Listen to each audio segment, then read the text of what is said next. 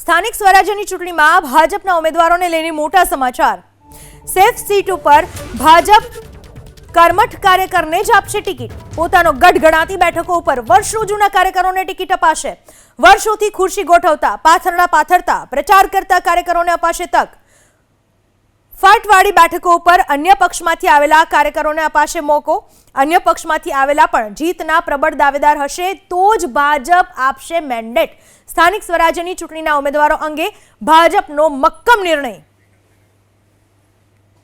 ભાજપ આ વખતે પૂરેપૂરી રણનીતિ બનાવી રહ્યું છે, કારણ કે સ્થાનિક સ્વરાજ્યની ચૂંટણીઓ બાદમાં વિધાનસભાની અને લોકસભાની, પરંતુ જ્યારે જીતની વાત આવે છે ત્યારે હંમેશા એક વાત સામે આવી છે કે ભાજપે છેક મોડિયાથી કામ કરવાનું શરૂ કર્યું છે અને એ ત્યાંથી જ રણનીતિ બનાવવામાં આવી રહી છે।